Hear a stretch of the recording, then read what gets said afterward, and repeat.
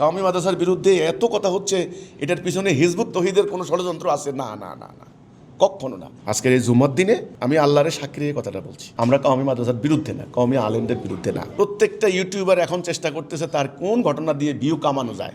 এখন সমাজের এমন একটা ট্রেন্ড হয়েছে, নেতিবাচক খবরের ফলোয়ার বেশি, ভিউয়ার বেশি। কমিয়ানরা যে কথাটা বলতেছেন যে হিজবুত তৌহিদের হাত আছে, যেমন এক জায়গায় আমি দেখলাম যে ওই সুনামগঞ্জ নাকি শম্ভুগঞ্জে কোন জায়গায় যেন একটা বলৎকারের ঘটনা ব্যাপকভাবে এটা ভাইরাল হয়েছে, পত্রিকায় আসছে ব্যাপকভাবে। তো এরা কি করলো, আমি দেখলাম হিজবুত তৌহিদকে দায়ী করলো। কালকে দেখলাম একজন মৌলানা কওমিদের বিরুদ্ধে একটা বক্তব্য দিচ্ছেন, তো দেখলাম পরবর্তীতে এরা বললো কি এটার পিছনে হিজবুত তৌহিদ, নাইলে এই কাওমি মাদ্রাসার বিরুদ্ধে এ ধরনের করছে কেন। এটা আসলে তাদের একটা ধারণা, অমূলক ধারণা। আমি স্পষ্ট করে বলতে চাই, আমরা কিন্তু কাওমি মাদ্রাসার বিরুদ্ধে না। আজকের এই জুমার দিনে আমি আল্লাহরের সাক্ষী রেখে কথাটা বলছি। আমরা কাওমি মাদ্রাসার বিরুদ্ধে না, কাওমি আলেমদের বিরুদ্ধে না। কিন্তু দুঃখজনক হলো সত্য যে কাওমি মাদ্রাসার একটা গ্রুপ, একটা বিশেষ গ্রুপ, কিন্তু এটা কিন্তু পুরা কমিয়ান না, কিন্তু একটা গ্রুপ কিন্তু লাগছে। এটা একটা সিন্ডিকেট, কিন্তু সিন্ডিকেট আমি নাম দিছি। কিন্তু এখন তাদের যে সমস্ত কার্যকলাপ হচ্ছে নানান দিক থেকে মিডিয়ায় এগুলি উঠে আসছে, এটা দীর্ঘদিন থেকে চলছে, এই অসঙ্গতি ভেতরে এ ধরনের বিষয়গুলি। তো সেগুলি এখন বিভিন্ন দিক থেকে এখন সোশ্যাল মিডিয়া মানুষের হাতে হাতে, আর হাজার হাজার ইউটিউবার, প্রত্যেকটা ইউটিউবার এখন চেষ্টা করতেছে তার কোন ঘটনা দিয়ে ভিউ কামানো যায়। এখন সমাজের এমন একটা ট্রেন্ড হয়েছে, নেতিবাচক খবরের ফলোয়ার বেশি, ভিউয়ার বেশি। সেন্সিটিভ খবর যেগুলা যত বেশি সেন্সিটিভ হতে পারে তত বেশি তার ভিউ বেশি হয়, ভিউ কামায়, এটা আবার ইনকাম করে তারা। তো এখন সারা বাংলাদেশের গ্রামে গ্রামে ইউটিউবার, এখন যেখানে যে ঘটনা ঘটবে এটাকে গোপন করার কোনো সুযোগ নেই কারো। এটার সামনে ভাইরাল হয়ে যাবে মুহূর্তের ভিতরে, আবার নতুন করে আরেকটা আসবে। তো এখানে হিজবুত তৌহিদের হাত আছে, এগুলো তো মিথ্যা ধারণা, অমূলক ধারণা। কারণ তারা হিজবুত তৌহিদের বিরোধিতা করেন তো দিনের রাইতে, খামোখা অনর্থক। এই জন্য তারা মনে করছেন বোধহয় হিজবুত তৌহিদ আমাদের বিরুদ্ধে লেগে আছে, কিন্তু ব্যাপারটা তা নয়। আমি এখানে তাদেরকে একটা কথা বলবো, দেখেন, হিজবুত তৌহিদের বিরোধিতা করার দরকার হবে না। হবে না কি জন্য?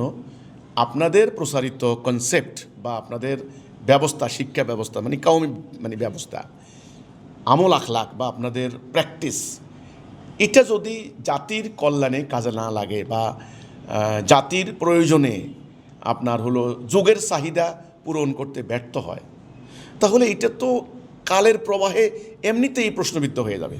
এটা দুনিয়ার নিয়ম, কারণ দুনিয়ার সামনে আগাচ্ছে।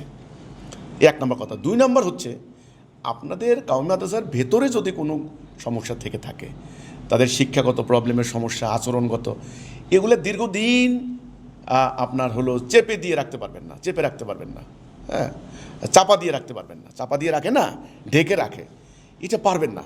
একটা সময় মানুষ, আলেমল আমাদের কোনো খারাপ কিছু দেখলে এটা সামনে আনতো না, যে না এটা আল্লাহ তাআলা গুনাহ দিবে, এই সেইগুলা। কিন্তু এখন আর মানুষ কিন্তু এখন অসংখ্য ঘটনার মধ্যে এখন আর চাপা দিতে পারবেন না। সেজন্য আমি বলি কি, বরং আমি আপনাদের কল্যাণ চাই। আমি বলি, আসেন আমরা একটা জায়গায় একত্রিত হই।